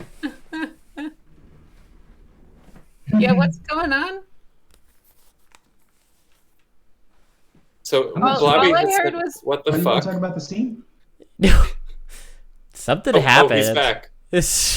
Something happened out there. I gotta figure out what it was later. I just heard. "Ah!" The cat? The cat was certainly doing something. All right. Anyway, sorry, folks. I want to know what got censored in Grey Poupon's comment. What's the wording they used? Oh, let's see here. Something got censored? It begins with an F. The only comment. Are you not allowed to say pervert? Did that get censored for y'all? It shows up on my screen. Grey Poupon said the pervert swimsuit sniffer who was offered a job. Lol. Is that what got censored? Yep, It's censored for me. Oh, it's not for me. That's so weird. it's censored for me. I tried to say faggot on your stream once and it wouldn't let me. Y'all, Nate is gay. He's allowed I'm to say allowed. it. He's super I'm gay. allowed to say it. Super duper gay. But I say, there's an auto mod that censors strange things sometimes. Somebody was trying to talk about the movie Crazy Rich Asians, and it got censored because they said crazy Asians. Yeah, weird. Even with the rich modifier. Well, they said rich crazy Asians by accident, so It's not acceptable. it's really weird that some people can see it and some can't. Anyway, I guess the system knows that I'm a delicate, sensitive person. They know I would totally fall apart if I saw the word pervert. as would we all. Hello, it was me. All right, so this is a time for ending the show, I think. Thanks so much for being on, everybody. It was a delight. Oh, we're not going to unpack that scene? We're Oh, not gonna well- unpack what had happened? Well, I don't know, man. I was trying to be the support in that one. Sometimes when there's Parsley. when there's the parsley, that's the term. When there's a lot going on or a lot of people in a scene, not everyone can have big parts, so sometimes you have to decide actively to be the parsley, just the seasoning on top. I was trying to be that. As far as the rest of the scene, it was in a retail environment. I didn't see you. I didn't see you on the Discord, so I didn't realize you had stepped into the scene. Oh, right. I was just folding laundry the whole time. And you put on sunglasses. It's true. When I was termed as the cool one, I put on sunglasses. I just want to bring up that something we haven't talked about is that we did prop work. We did work to like show that we were dealing with objects and creating an environment. Yeah, that's which right. has not been discussed. In fact, I cheated a little bit by putting on real sunglasses. You're not supposed to do that in improv. You're not supposed to actually use real things on your person as props. The reason you're not supposed to do that is that sometimes you'll get into a scene where a character is supposed to, for example, take their pants off. And if you've already established that you can take your physical hat off, then when your character takes their pants off, the implication is that you should take your actual pants off, which you should not do. So you're supposed to mime everything, even if you have the prop on you. But yeah, we were doing as the parsley, I was just being active with an activity and trying to listen. And sometimes that's the best way you can support. But it's a fun thing for us all to be folding at the gap as a nice little activity for the scene. The other thing about object work that you learn in Improv 101 is this is not a phone. Because this is not how you hold a phone. And this is not a gun. And that is not a gun, because that's not how you hold a gun. Speak for yourself. Unless the only guns you own are finger guns. Then I mean, if it's a really big gun, the trigger could be here, and you have to support it. Nate knows a lot about guns. Listen, I grew up in Idaho. Cool. Yeah, that was fun, folks. Thanks so much for being on the show. I enjoyed playing with you again. It's been far too long. Thank you. Can I say one more thing before Please we do. leave? I just want to say happy birthday to Nate. Oh yeah, that's right. It's Nate's birthday. Yay! Oh my god! It's Nate's One last birthday. reveal at the end. It's been Happy Nate's birthday the whole time. Ooh, feels birthday, man. Thanks, Great Poupon. Great to. Hey, it was great to have you. Just a minute. Was that angry? Thank you. It's so great. Oh yeah, is that Angry? Angry is over at Joe's place this weekend for art purposes and friend purposes. And just gave me a burrito. Oh. Ooh. Thank you all for great discussion and great entertainment. You are welcome. That's what we're here for, man. Great discussion and great entertainment. What's better than that? Guns. Oh, sorry. Pew, pew, pew, pew, pew. Pew pew. All right, chat. Hello, is this entertainment? Hello, is this getting shot? Poo poo poo. It was all a dream. This talk show was all a dream, chat. Yeah. You didn't realize it, but it was all a vision, and you're drunk right now. Anyway, you owe us $10. Yeah. Make it 20. How about 15 to split the difference? No, you're wrong. No, you're wrong. Are you wrong? What color are your pants right now? Why don't you Take them off. Why don't you just go ahead and take them off? This was our demonstration of bad improv for you. You're really good at Shakespearean monologues. Why don't you give? Hey, Sam. Why don't you give one of your patented, famous Shakespearean monologues off the dome? Why don't you do that for us now? Who are you talking to? I'm Oprah Winfrey. What? No, you're not. I'm Oprah Winfrey. Well, you know what? I'm I Wopra was. Infree. Scene. Thanks, chat. I want to say out loud the plugs in case anyone's listening and not watching. Check out Alexis and Nate Don't Know. That's the title of it. It's on YouTube. It's a series in which Alexis and Nate watch shows that they don't have a frame of reference for and comment on them. It's actually really delightful. I was on episode 11, Highway to Heaven. Joe was on episode 12, Xena Warrior Princess. You can find those on YouTube. Trash Puppets, Comedy Sports Philadelphia is how you find the info for this show. Alexis improvises as puppets, which I think is so cool. This particular show that she's working on is the last 3 Fridays in June. And check out Joe's work at jovitoramirez.com, JOVITORAMIREZ.com. And if you want to find information about the album that they're releasing in July, you can go to that website. I'm Blobby. You know where I am. Check out the other episodes of The Pit. Thank you so much for watching, everyone. Y'all make it worthwhile. Goodbye. Bye. Pew, pew, pew, pew.